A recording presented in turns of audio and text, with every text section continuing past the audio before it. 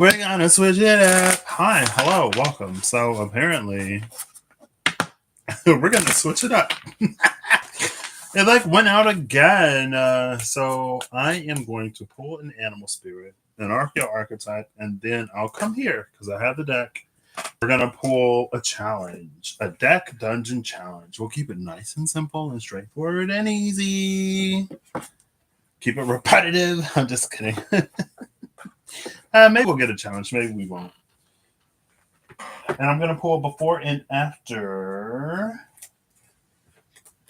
I'll do the moon. We'll pull before and after the moon and before and after the star because it's a full moon in Aquarius. So all the emphasis is on the moon. So that's what we're going to do. That's what we're going to do. That's what we're going to do. And then we'll see what's up. I smell popcorn. Ooh, King of Wands and the Wheel of Fortune. Interesting combination. Interesting combo. All right. I had done this whole thing to make sure that my connection would be stable, and then it wasn't stable. So it's fine.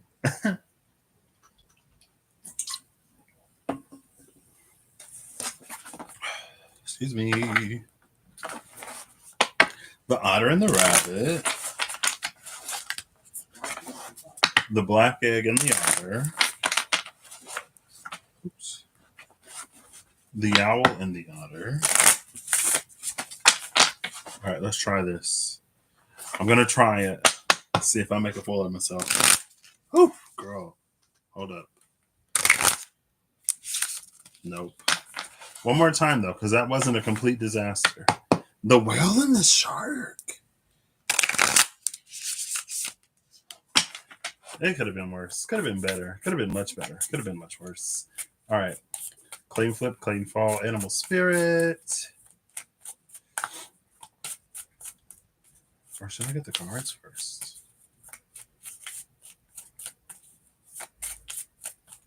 All right, with 3 more. 2. 1. Oh. Okay. Bottom of the deck is the wolf. Excuse me. The card that came out is the dragonfly. OJO, this is an Oracle G5. That means I am consuming an alcoholic beverage that is not the sponsor of this channel. It's nearly gone now because it is. So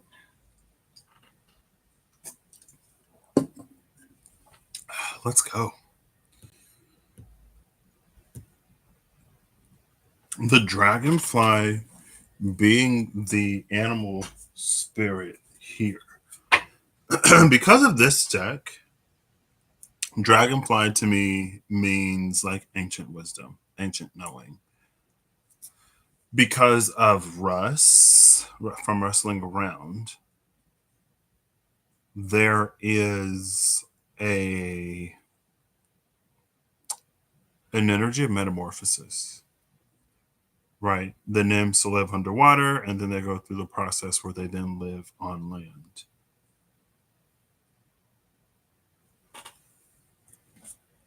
Because the wolf is here, and our understanding of wolf behavior being like we have both the lone wolf and the hunter in the pack, like the alpha or whatever.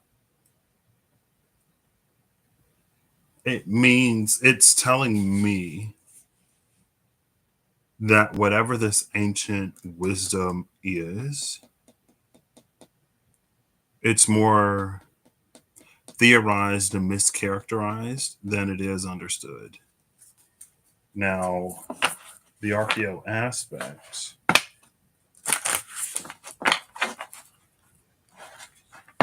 is, I guess this poses an interesting question. Not an interesting question, an interesting theory that is posited.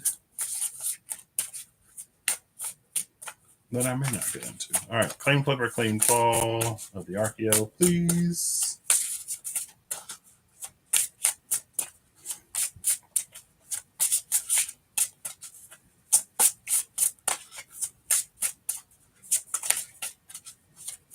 Oh. Oh.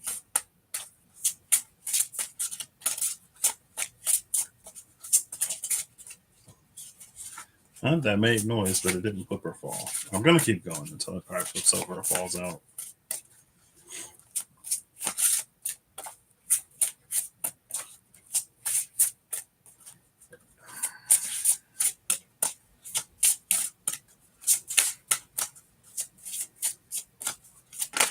There we go. That was a claim flip of the Arbiter. Not the Arbiter claim flip, and when the Arbiter was the bottom of the deck before. Now the bottom of the deck is the Trickster. Because why not? She's like, oh, girl, you want to talk about me? Well, I'll make an appearance. The Arbiter. Oh, wow. The Arbiter is even-handed. When we accept her help, we accept the concept of fairness and good sense. She is the opposite of impulsive, and her weighing of any situation makes us better able to decide between short and long-term gain. In trusting her measured approach, we find it easier to separate our wants from our needs and our cravings from our necessities. She is incorruptible and astute, and the quality of her mercy is not strained. The Arbiter may be required to make judgments, but she is not judgmental, and her decisions are never swayed by personal gain. Blind to influence, bribery, and intimidation, the scales of equality she holds aloft separate the honorable from the dishonest and the pertinent from the trite. She is Solomon's fair disciple, deliberating with compassion and love, placing emphasis on common sense and astute wisdom. Her core values demand that she defend the notion of fraternity and liberty against despotism and tyranny. Throughout mythology, the Arbiter has had many names: Themis, Astrea, Horai, Athena, Inanna, Mot. But she has remained consistent to her principles of even-handedness. She is aware that human nature is a pendulum swaying between generosity and avarice, and her deliberations take into account the imperfections innate within all of us. Interesting.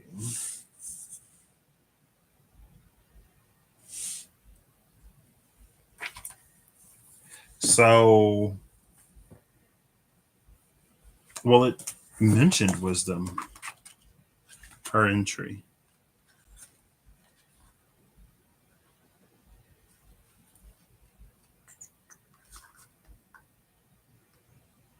Somewhere. Oops, where was it? She is Solomon's fair disciple, deliberating with compassion and love, placing emphasis on common sense and astute wisdom. But again, because of the wolf, there's something maybe not completely misunderstood, but there's a gap in our understanding of something. I'll look here first. I'm looking before. Oh, well, here's the star. For Aquarius, it was at the bottom of the deck. The only thing before it is the Wheel of Fortune. And now I'm going to look for the moon.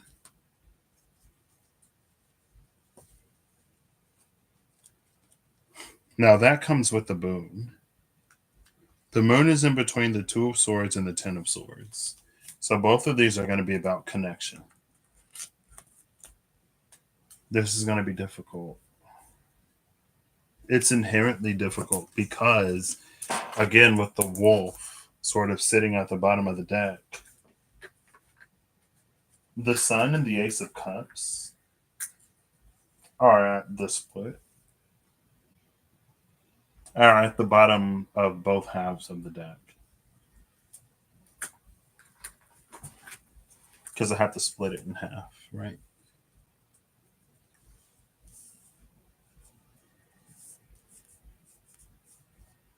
I mean, but I feel like this almost perfectly almost encapsulate this because again it's like it's that gap in understanding, and the gap being like we see the wolf both as the solitary creature and as the pack animal, and we almost see it disparately without like a situational context to, and again like this isn't necessarily, this is, it's my brain and I'm the one that is sat at the table right now, but it's like there's some key piece of information that is missing so that we perceive this thing that is supposed to be unified whole. It was just 11:11 on the clock. We see this thing that's supposed to be unified whole as these like two disparate things. And so for the challenges to be ones of connection is interesting because it's like we see the beginning and we see the end, but we don't know what's in between.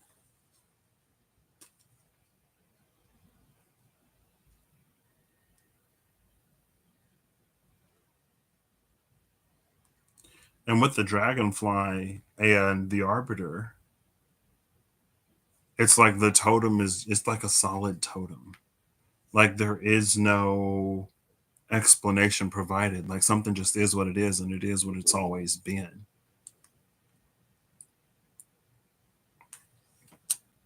Oh, well, I guess I do need my phone now, don't I? Well, I gotta go to the restroom.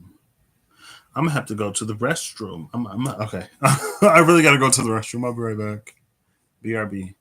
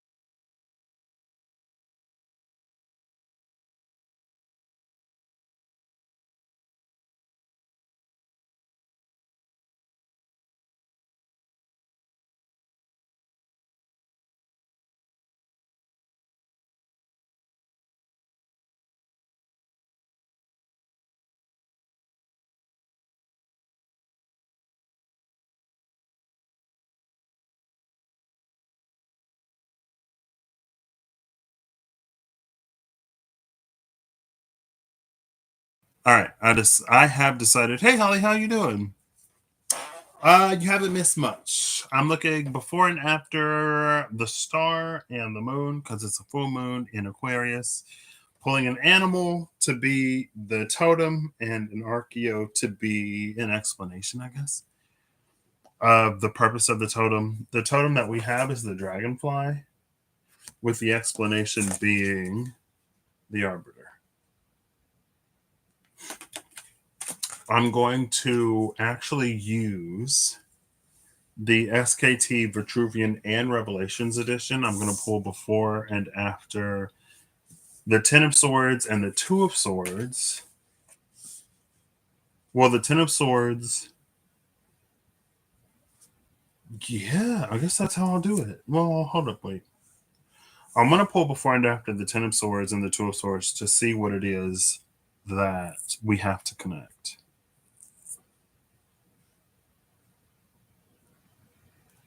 And I guess I'll just the Vitruvian edition will be the Ten of Swords, the Destroyer, and the Revelations edition will be the Two of Swords, the Blind Seer. And this is interesting because of the cards that came out in my first attempt at this. Well, in the first attempt, it wouldn't have necessarily been something like this, right? And maybe this is more pressing or whatever.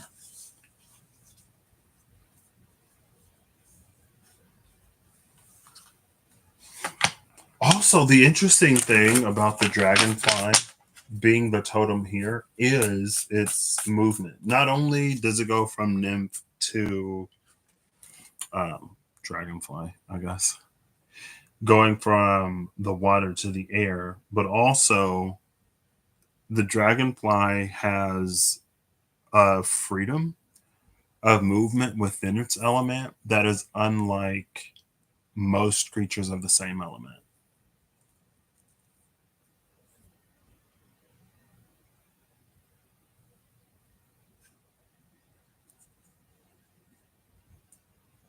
And they also like they kind of hover, move, or hover, move, hover, move, hover, move. So it's this almost like jumpy, jerky type of action.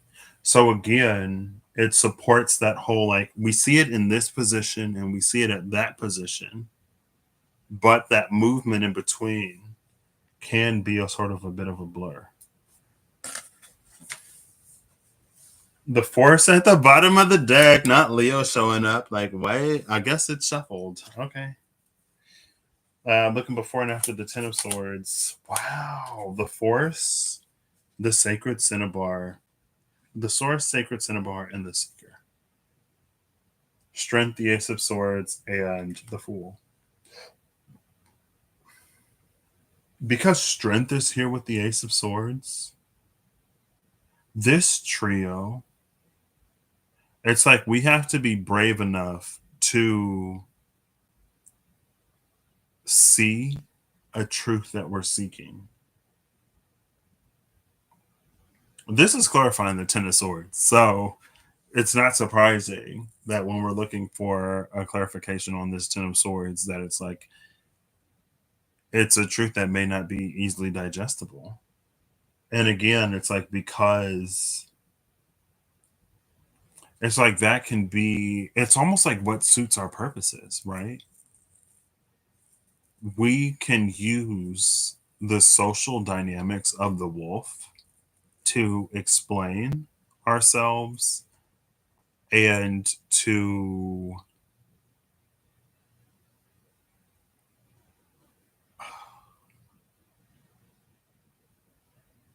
like like benefit from, but like in a different way, in a more elegant or eloquent way. Like we can call ourselves like alpha. It's like, oh yeah, I'm an alpha. I'm an alpha, and it's like the alpha wolf, right? Or like a beta wolf,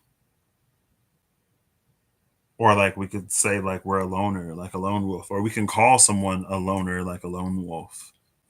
But again, it's like we're using dynamics that we don't fully understand to try to identify with.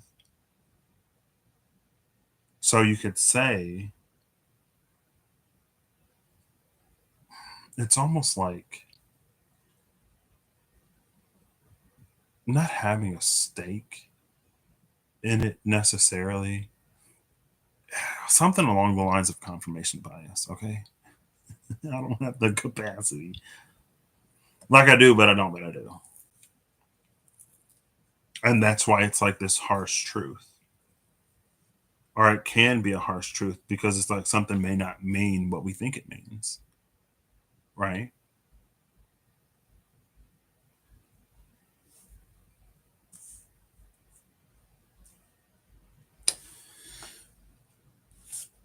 All right. Looking for the Ten of Swords. which could be like what it means to us versus what it actually means, potentially, especially with those three. Oh well, it's the High Priestess and the Five of Swords. Oh goodness, it's the High Priestess. Yeah, sure, because that totally helps this whole like we don't fully comprehend, like we don't understand it. Before is the outlaw, after is the angel. Between 12 and 14 is 13, which is death. And this is clarifying the Ten of Swords. Before it is the love, before is the lovers, after is the vagabond. And these two couldn't be any like more opposite. On one side is the card of like partnership and stuff like that. On the other side is like being out in the cold. And again, I feel like that plays into that whole energy of like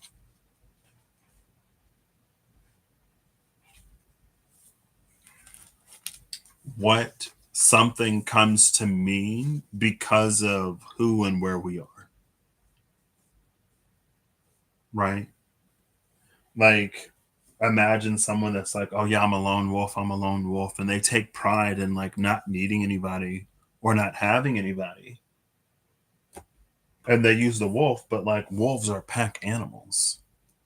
So it's almost like no wolf is a lone wolf by choice.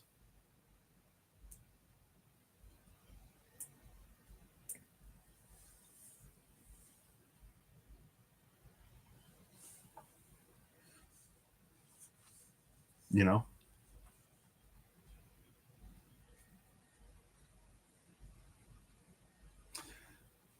Cool. Maybe I should have looked before and after the High Priestess.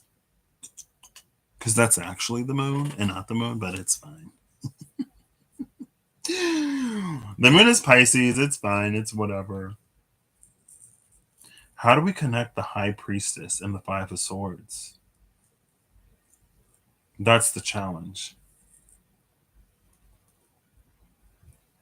What's interesting, it's like with this combination, clarifying the Ten of Swords, it's almost like there are certain things that don't work.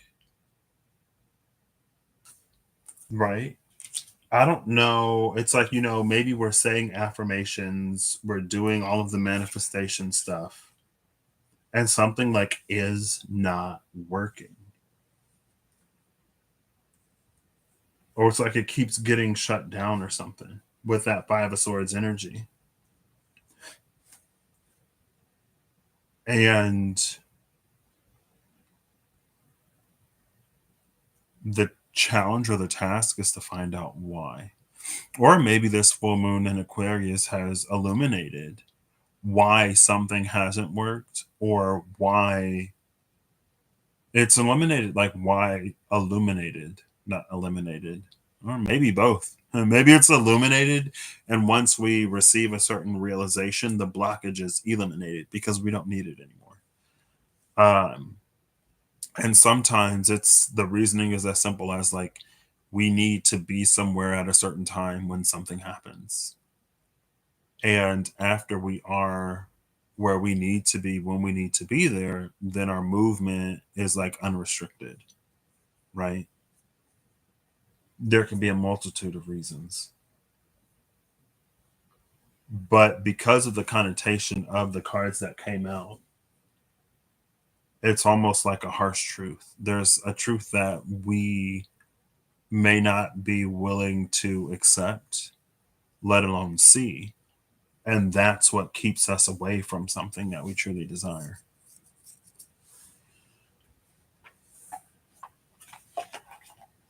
Also, Uranus is in Gemini with that lover's energy.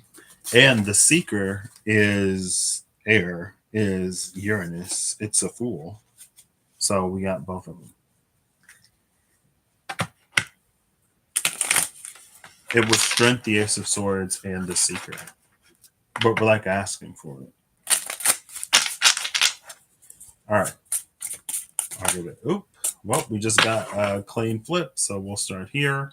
Herald of the Winds, Ventures of the Dauntless.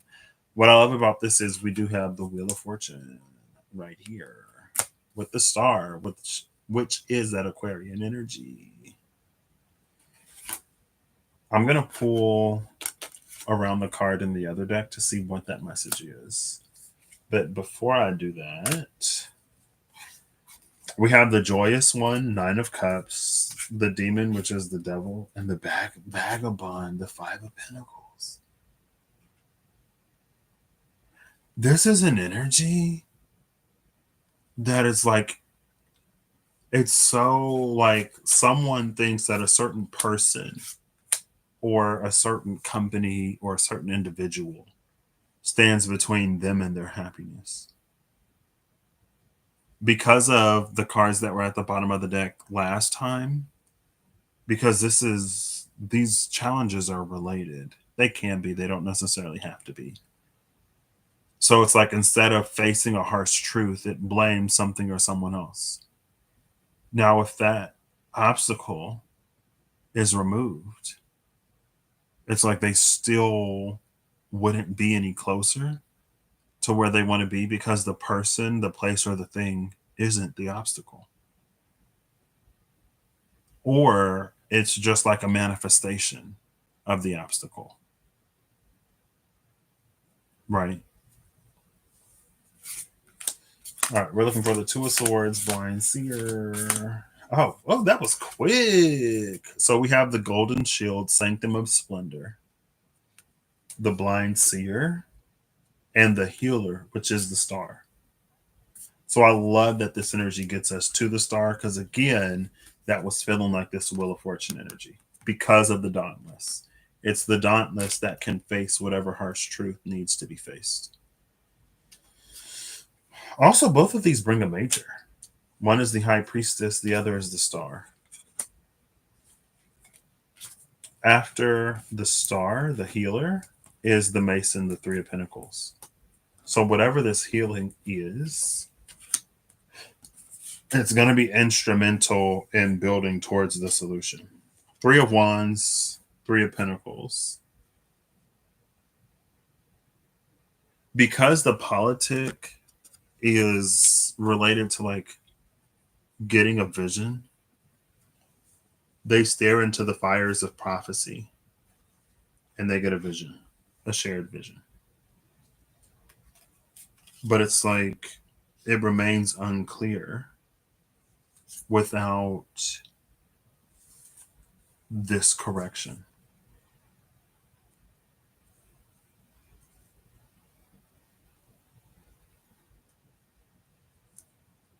Before the Queen of Wands, Golden Shield, is the Herald of the Flame, awaken the brilliance.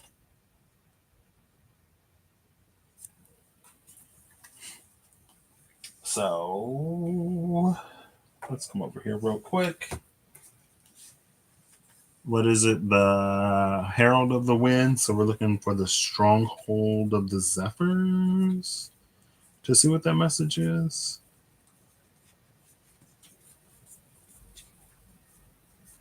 Of the Grail. Of the Veil.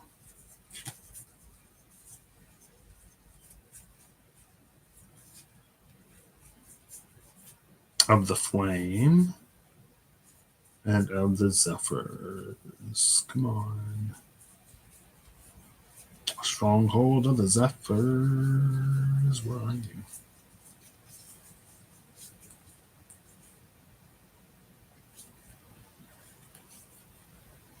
It's the Nine of Cups. And the Golden Shield. That is crazy. Not the wish granted again. And the Golden Shield. The Golden Shield is here. And the wish granted was literally the first card at the bottom of the deck, which I didn't pull. It was the wish granted. The wish granted, the demon and the vagabond.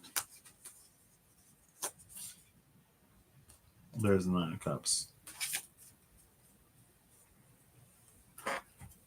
Because this is the Queen of Wands, the Queen of Wands is the one that has that relationship with her own shadow. She's the one that doesn't have to project on someone else because she can see it within herself. And however her dynamic needs to operate for that to be like healthy is how it happens. She's not in her own way anymore.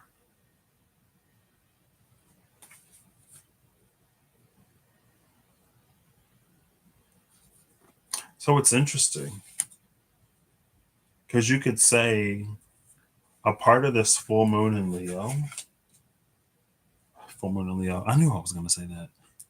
A part of this full moon in Aquarius is releasing everything and everyone else's duty or job to fulfill your heart's desire.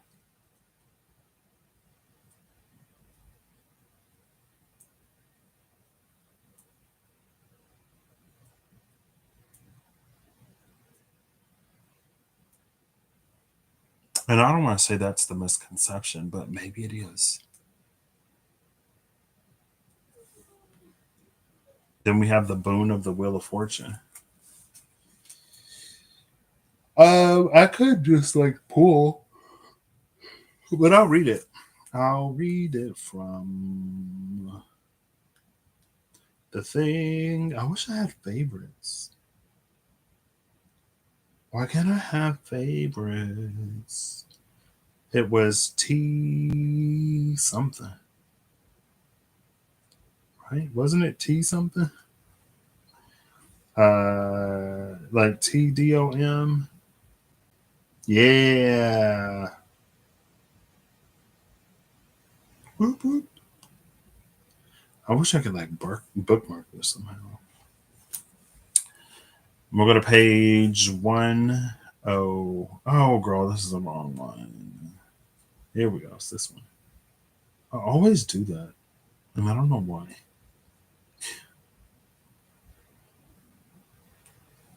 All right, let's go to page. Here we go. Page 1 is Knight of Wands. The Wheel of Fortune. The party does not receive a specific boon, instead accepting the comings and goings of fate is the first one. The second, when anyone in the party makes an attack roll, the rolls of 19 and 20 are critical hits, and the rolls of 1 and 2 are critical failures. I'm almost leaning more towards that first one, though. The party does not receive a specific boon, instead accepting the comings and goings of fate. Like it feels that whole accepting the comings and goings of fate aligns more with that whole like accepting that it's no one outside of you's job to make your dreams come true or to be a part of the fulfillment of your like fantasies or whatever, right? So it's like, you have, if we talk about like a dream job and a dream partner and a dream house, it's like that company isn't beholden to you to give you that job. A person, if you have a person in mind, isn't beholden to you to be yours. And the car doesn't have to be yours either.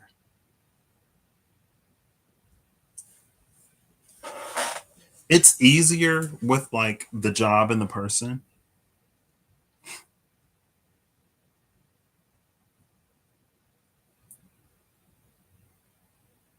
And that's why I don't know, something about that Five of Swords and that Vagabond Sanctum of Splendor with the Ventures of the Dauntless. That could also be It's because like we have ideas in our mind about what it will be like to be with a certain person, or what it'll be like to work for a certain company, or what it would be like to hold a certain position or title, what it would be like to like have a certain car, to drive a car, or like to live in a certain place and to have a certain kind of home. Especially if none of those things are things that we've experienced, that's like it's all fantasy, it's all illusion. None of it is substantial because we haven't experienced any of it. And so, if greater happiness is to be had elsewhere, and we are working towards or aligning towards greater happiness, then it is going to lead us away from certain things. Or certain things like won't work out. Certain things won't come to be and they won't come to pass because you're manifesting your person, thinking it's someone in particular. Meanwhile, it's like somebody completely different. So if the manifestation is truly on like the perfect partner and not this one individual, the fulfillment of that is going to lead you away from the individual and towards whoever the person is supposed to be, for example. Right. But we can get so caught up in our own minds and in our own heads that we continue to pursue the thing, the person that is not ours to pursue. And beyond that, I don't want to say like there are darker things, but it's like if we have wronged someone or if we've made a mistake, like some of those things can't necessarily always be righted. Sometimes we have to forgive ourselves and we have to forge forward, right? And maybe the harsh truth in that situation is like we messed up, or like something, maybe someone is like never going to forgive us. But again, like we have to learn to forgive ourselves and to keep moving forward.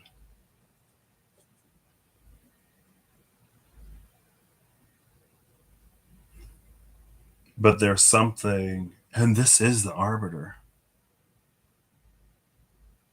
So I feel like the arbiter explains why there is no boon given. There's just the comings and goings of fate, because the arbiter says that what needs to happen will happen.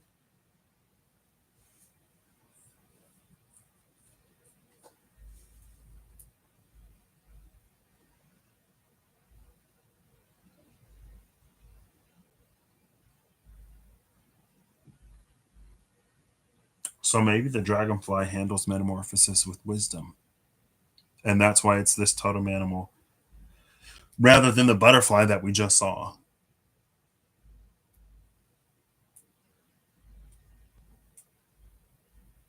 Maybe that's it, because it was like the butterfly and the deer, and it was a little bit more externally focused than this dragonfly is like internally focused. And these cards are like what's within our power and ability to whatever. Or it's like it's both navigating changes and transformations, metamorphosis with wisdom, but it's also like becoming more wise through certain transformations, changes, and it's taking a more objective lens. It's not applying, like, we're not perfect, and the entry mentioned as much, but it's to be a little bit more objective with how we think about something. She's aware that human nature is a pendulum swaying between generosity and avarice, and her deliberations take into account the imperfections innate within all of us. But again, it feels like that's why the Queen of Wands energy is here. because that's us like seeing and taking note of our own imperfections. And we can take note of our own imperfections without it being a whole like thing, right? Because things just are what they are.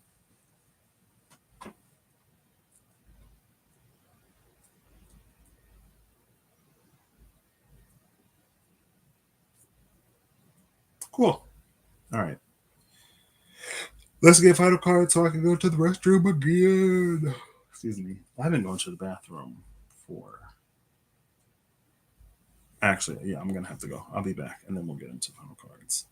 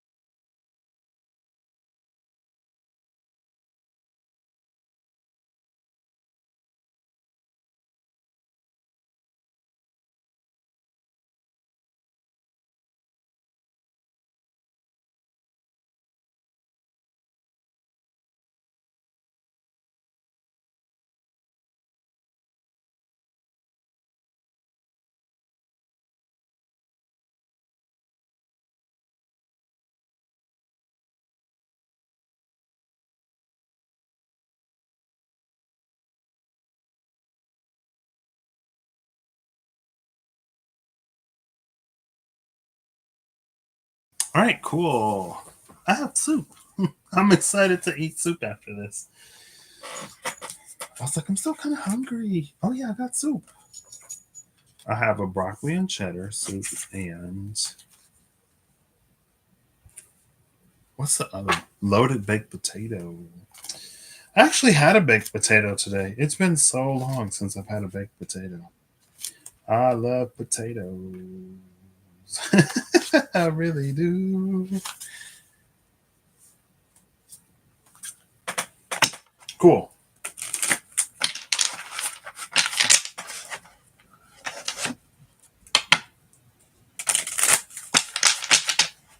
And full moons are about like manifestation or something, right? So that's interesting. And maybe that's something, again, with the whole wolf dynamics and things that we misunderstand. Maybe we misunderstand like manifestation and stuff like that. Especially, again, like when it comes to specifics, because we all have free will, right? And us manifesting whatever, or us being convinced that something or someone is ours, doesn't necessarily make it true. And it won't necessarily override the free will of that person. And if we are to do anything more forceful, then we lay our necks bare before justice's blade. And if she chooses to chop, it'll be well deserved.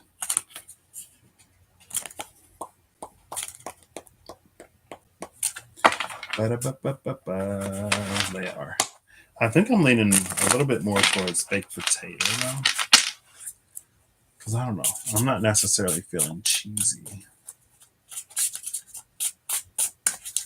It ain't easy being cheesy. Oh, gosh. Oh, and the trickster is here. I forgot the trickster at the bottom of the deck. Oh, yeah. This might be much more. And behind the trickster is the fatalist. That blindfold kind of giving justice energy, is it not? If we have been deceived or convinced that we are entitled to something.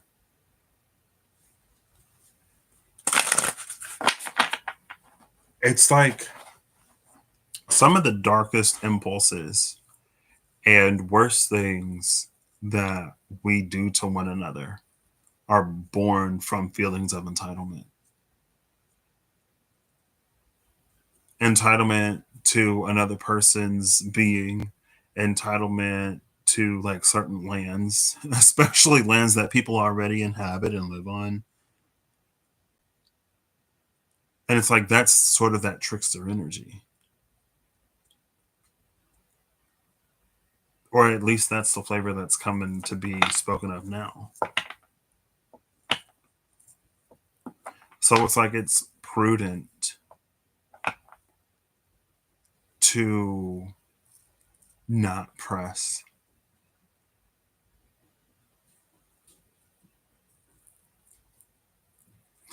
And Leo doesn't necessarily have an association with entitlement, but I can see it being territorial because it's a lion, right? Like I'm thinking of like Mufasa and Pride Rock, everything that the light touches is yours. But these could be ways that like we're convinced that like those lines of thinking are true. But that's when like the most heinous things happen, right? It's when we truly believe that they're true.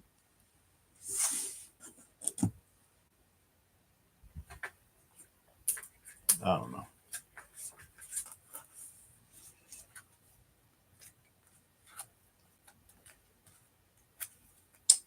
All right. I'll put these here.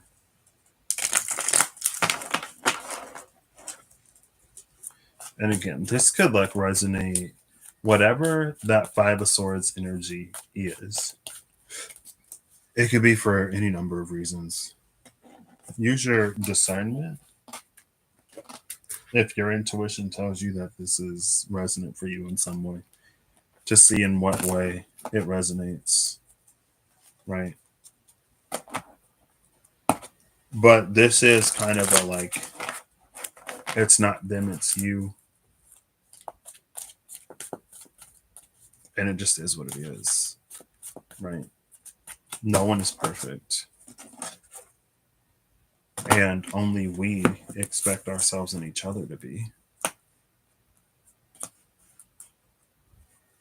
But also, you can understand an imperfection, but just because you understand like someone's imperfections doesn't mean that you have to like engage with that person. Just because you forgive someone doesn't mean that you have to like allow them into your life, right?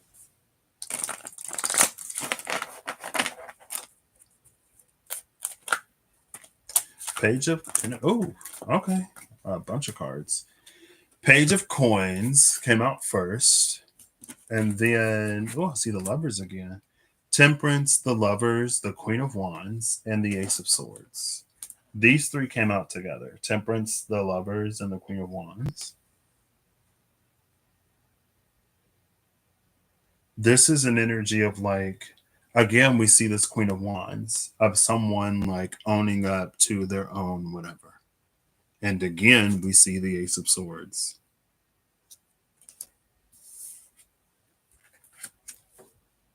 With Temperance and the Lovers, it's like we can only control what is within our power to control. And we can make our desires and our wishes known.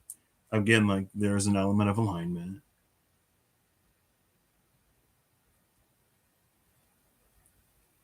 But also, there's an, I almost want to say an unspoken element here of Like if we are truly, genuinely, authentically 100% ourselves, then whatever we come into alignment with will like mesh with that. And that's like this new beginning, new start, new physical experience of the Page of Coins. But it's one born of a self knowing, and it's one born of clarity. This Ace of Swords blows away a certain stagnancy, it aerates something.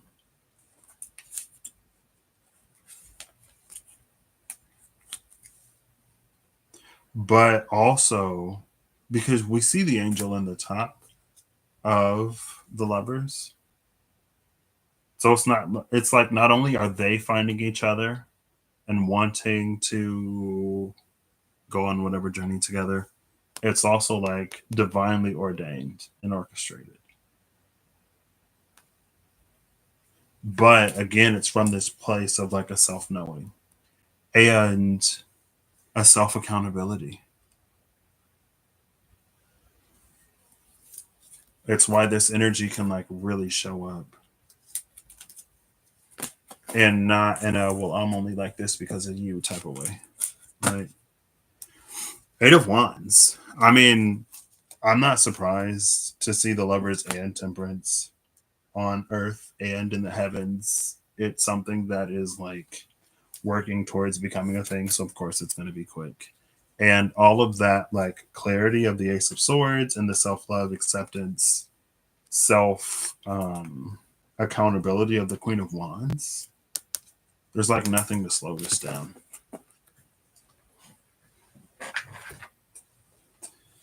On the other half of the deck, again, we saw all the Wheel of Fortune, Nine of Cups energy. We have the Three of Wands and the King of Wands. We literally just saw the Queen of Wands with the lovers and temperance, like putting it together. And look, there's the King of Wands. Cool. Love it.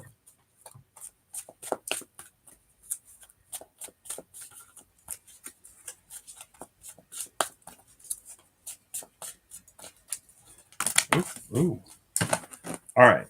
Bottom of the deck is the Ace of Coins. Literally just saw the Page of Coins.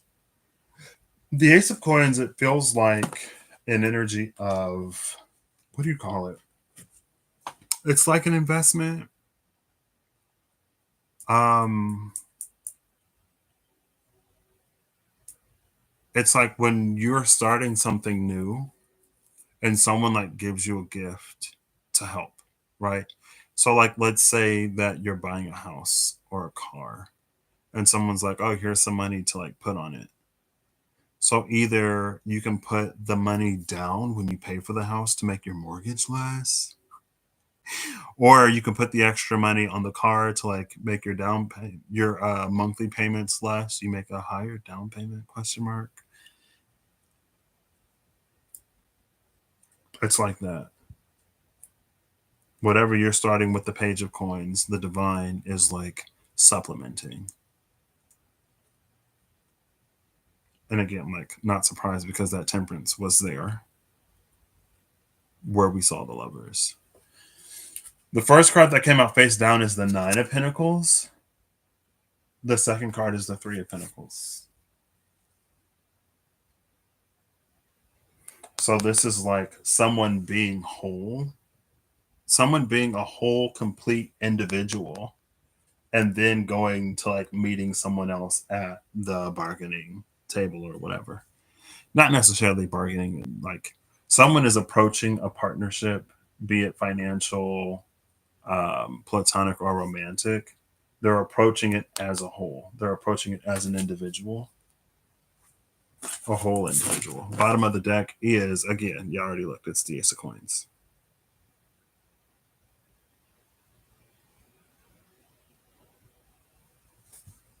So it's almost like because none of that energy is going to supplement someone else, it's inherently generative, right? And even if like two people support one another, even if in a business interaction things are like mutually beneficial, it's like the venture succeeds because it's like everyone shows up and they do their job and they offer like meaningful insights and contributions. So you don't have to sink energy into like making sure someone feels whatever. And like, again, like there's nothing wrong with that. But it's almost like if you're going on a road trip and every 5 minutes you have to stop for a certain amount of time, right? If the trip is supposed to be half an hour, that's already what, like 5 to 6 stops that you're going to have to make. A half-hour journey could turn into days. And again, like the arbiter said, like none of us are perfect and our imperfections are taken into account. Also, the Queen of Wands, like we're aware of our imperfections and we're aware on the things that like we need to work on, and are aware of our own pitfalls and stuff like that, but we can manage them. So again, it's like if we can do all of that within self, and you don't have to siphon off like other energies, other time to shore up something. It's like all of that can be put towards getting where you're going and quicker for one, or just like it brings more for another. And maybe that's why it feels like I keep wanting to say like an endowment. I don't know what an endowment is. Where's Google? Where's my phone? That's what also like lends that Ace of Pentacles energy. And yeah, because we had the boon, right? Um, where is it? The party does not receive a specific boon, instead, accepting the comings and goings of fate. So, because we're not using that divine favor to progress a certain situation or whatever, we can get that Ace of Pentacles or we can get something else.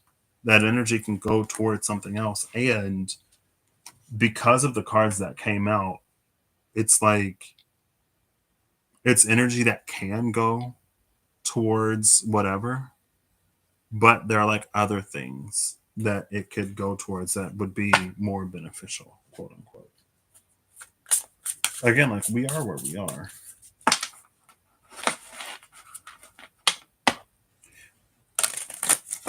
It's like, cherishing the time you have while you have it. Also, if you only have 24 hours to spend with someone, that's like you spending as much time as you can with that person rather than like, I have to do this and then I have to do that. And then someone else is like pulling my attention. And it's like, especially if it's stuff that can be done on a different day. Now you only have like 20 minutes instead of 24 hours. I feel like the metaphor is sunk in. Four of Wands and the Ace of Pentacles at the cut, the Demiurge, and the Bread of Life. And I guess that's, as like humans, that's kind of the thing too. Like, we can stand in the way of our own dreams. Even if we were to manifest our dream everything, we can still get in our own way. Ooh. Oh, the title card. Okay. The title card did a real quick, real smooth, just like slip. It just flew out.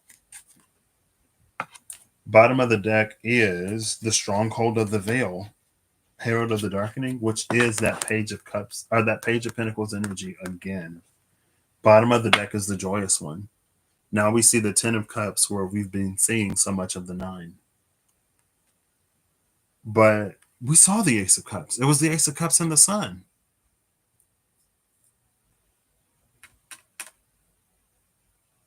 I was going to say that Ace of Cups that takes us from the 9 to the 10 is like where the mystery of this title card sits.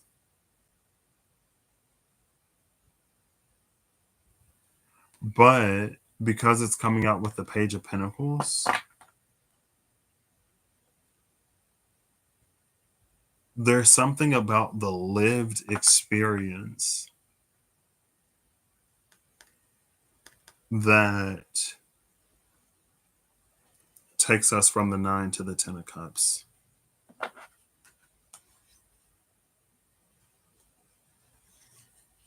You could say it's like gratitude at having received whatever. Because it's almost like it's possible to go from the 9 of Cups to the 10 of Cups, but to not feel like it. Like it's possible to receive that ace, but to not realize it, not recognize it. And maybe that's like the self sabotage that we can do. So, like when we have a good thing or when things are going right, maybe it's like, we get our dream job, we get our dream partner, we get our dream car or whatever. Some aspect of the dream becomes real 10101, but like maybe we don't even recognize it because so many other things that are going on, or because of the things that we haven't healed and faced and addressed within ourselves that keep us from like appreciating it. And again, it's that energy of like, if you have to stop every 5 minutes, a trip that's supposed to take 30 minutes could take 30 days. It depends on like how long you stop for.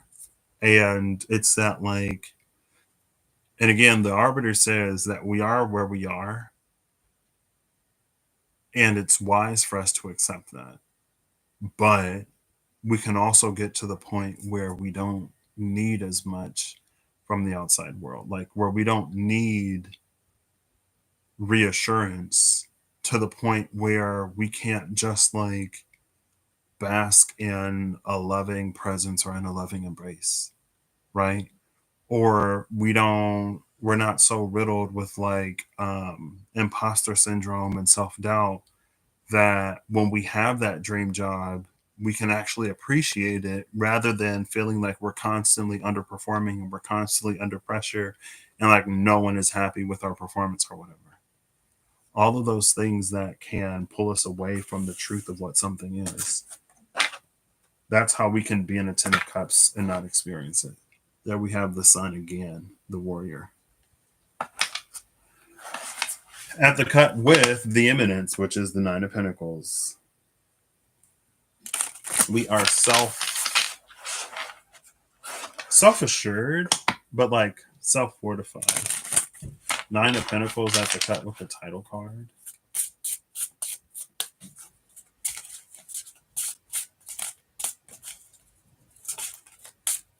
And maybe that's like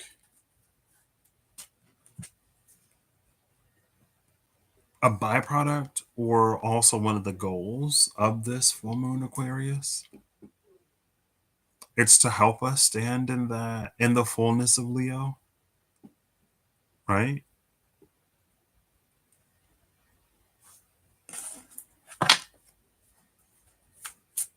I don't know if it's trining Chiron, Ace of Cups, the Holy Grail, with the Eminence, 9 of Pentacles at the bottom of the deck, and the Sun is still behind that.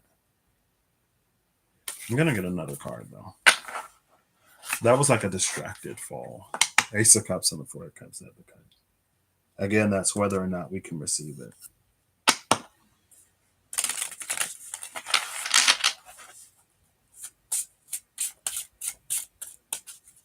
I think there are some energies of manifestation, some aspects of the divine that care about our happiness and our joy and our fulfillment as much as they do about like giving us stuff.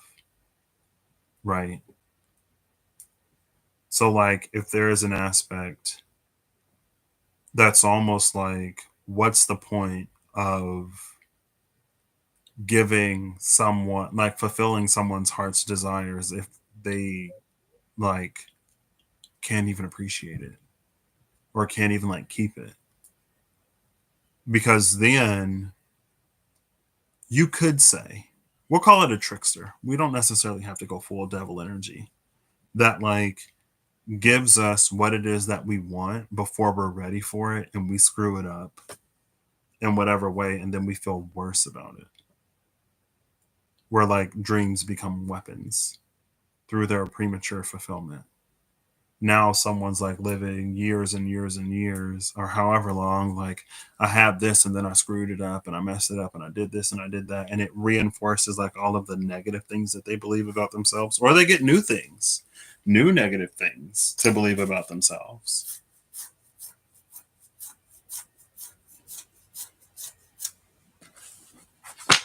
And maybe that's another piece of that Five of Swords energy, where it's like there's still distance. Ace of Cups and the title card at the cut again. All right. Well, the Ace of Pentacles just flipped over. Better life. We see that card again. Ace of Pentacles, Ace of Cups, Ace of Pentacles, Ace of Cups, Nine of Cups, Nine of Pentacles, Ten of Cups. We ain't seen the Ten of Pentacles. Bottom of the deck is the Priestess.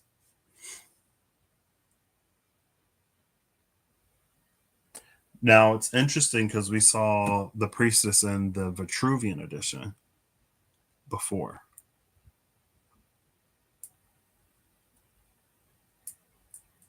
She just like, she sees, she's present through both phases and both cycles.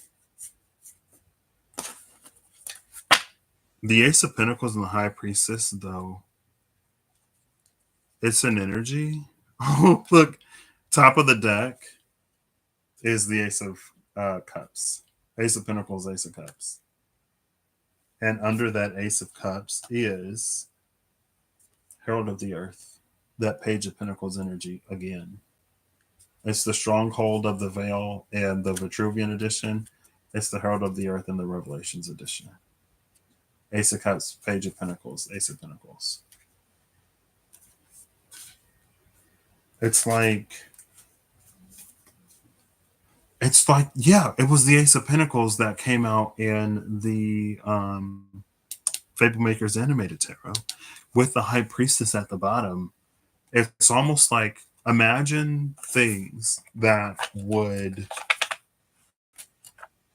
it's like things that would make us so happy,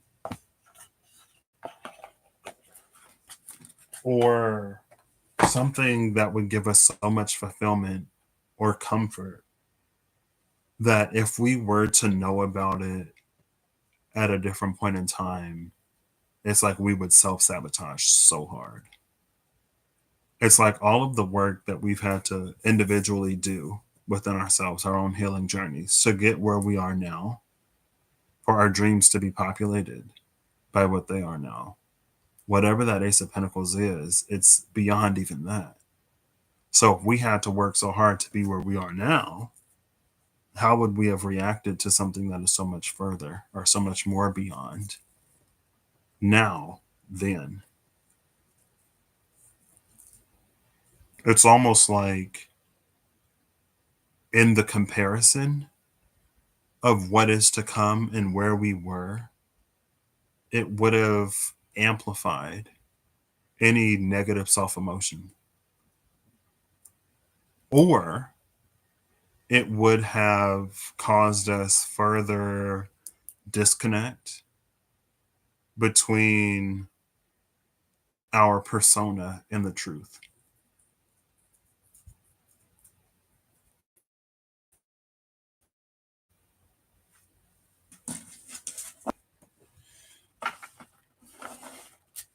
The Cobra and the Owl. Interesting. Because the Cobra is that whole, like, when the student is ready, the master appears. Excuse me, the Owl and the Spider. The journey to wisdom is a many-fold path. Oh, just immediately flipped over. The wolf that was sitting at the bottom of the deck before. Bottom of the deck now is the raccoon. The wolf is another watcher for me. Oh, the owl. Yeah.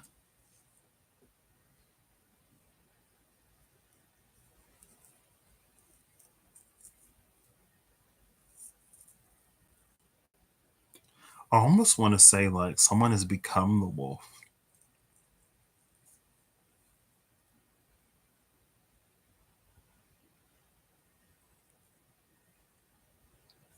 Like someone has become the thing that they barely understood, or someone has become the thing of opportunity.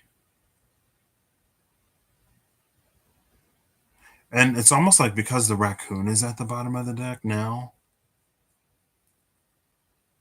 it's almost like other people will begin to have misconceptions about whoever this resonates for.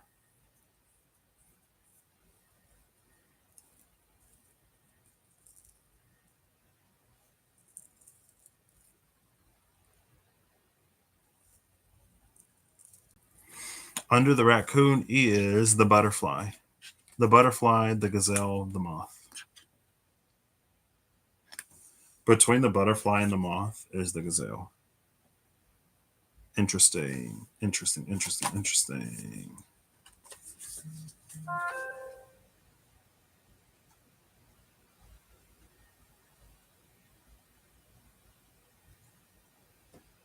This trio, the butterfly, the gazelle, the moth, and the zebra, and then the golden egg is under that. Something about this, to me, says, again, whoever looked to the wolf before becomes the wolf. Now that they've become the wolf, they themselves run the risk of being perceived incorrectly or in whatever way. They become something that like aligns to someone else's confirmation bias, right? Whatever they believe, the wolf becomes a symbol of. And it's like if they try to mimic maybe the changes, especially if the person knew the wolf before they stepped into that wolf energy. It's like they try to mimic the same changes or they try to follow the same process to get the same result and it doesn't end up working. Either because they have a superficial, surface level viewpoint and understanding, or because it's just like it's not aligned to their path. It'll take them elsewhere. It's like it'll take them to the moth instead of the butterfly. There's Cobra again.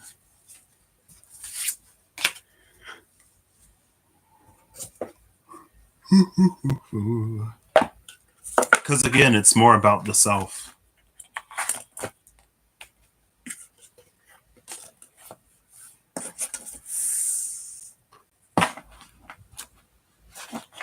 You could say like each lion is their own animal.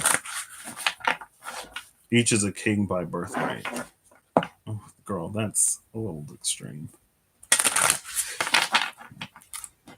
So it's not for one lion to rule over another, and it's not for one to necessarily walk another's path. And then it forms an it's like a it's an interconnected web, but it's like I feel like there's an I word that means like complex. Like I have in my brain. It forms this like complex interconnected web of, but like that's what like the whole sovereignty thing with sovereign will. Like sovereignty doesn't give anyone any control or rulership over anyone else or anything else. It only makes them their own authority. And Pluto is in Aquarius right now too. So I don't know if it's like that chaotic energy of the super void that we saw in the Edge of Eternities or whatever it was. because I don't. It feels like if it's like one star reaching out to another, and if one reaches out to try to like subvert another one or to bring another one under whatever, the energy of Pluto will like sever that tie. It's like it'll keep it from forming. Excuse me. Potentially. All right, final card from the RPO. I'm gonna give it 3, and then I'll just flip the top. One more. Who we got? We have the Poet. I'm like, is this in reverse? The bottom of the deck is the midwife. It's interesting that the Poet is here because we saw the flame. The flame was the aspect of Asbiel, the angel of ruin. But in reverse, it was the angel of regeneration. The flame was seen in the Poet, the shaman, maybe, and something else. I'll just read the tale of the Poet. The Poet's tale. Sometimes, when she wasn't looking, the flowers would escape from the vase. She tried to draw them back in, but they seemed to have a mind of their own. Small colored abstractions arranged and rearranged themselves across the page. Even though she'd been the one to choose their hues and shades, she had little to say in their formation and compositions. Often they'd dance all day, picking partners here and there, gyrating and bumping wildly off the paper's borders. Occasionally, however, they'd stand still, as if refusing to listen to the music of the spheres that guided them hither and thither. That came out recently because I remember that refusing to listen to the music of the spheres. I remember the flowers too, but when I got to that refusing to move to the music of the spheres, I was like, yeah, I read that. And again, I'm going to take it as aligning to that sovereignty. Refusing to move to the music of the spheres is to be under one's own sovereign authority. But the poet's inability to force the flowers to do what they want means that we have no rulership over anyone else. Cool. That's that. I think it's also interesting that the boon here, the one boon that we saw, leads us to just accept fate, accept the turning of the wheel as it may be.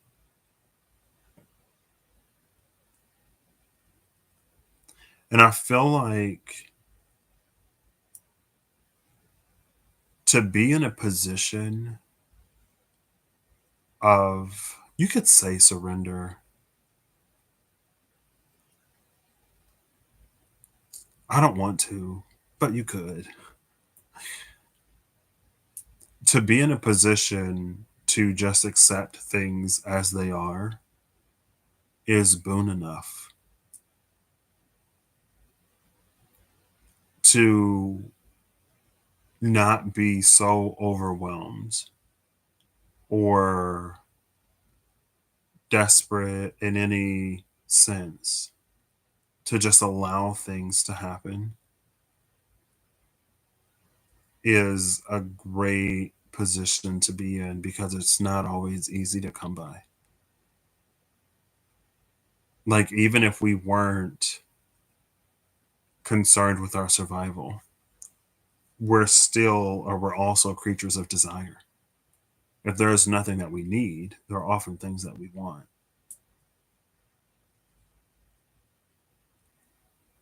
And maybe it's related to that Ace of Pentacles and the High Priestess. Like, whatever is coming, whatever is going to happen, it's far better than anything that we could imagine or create. ourselves.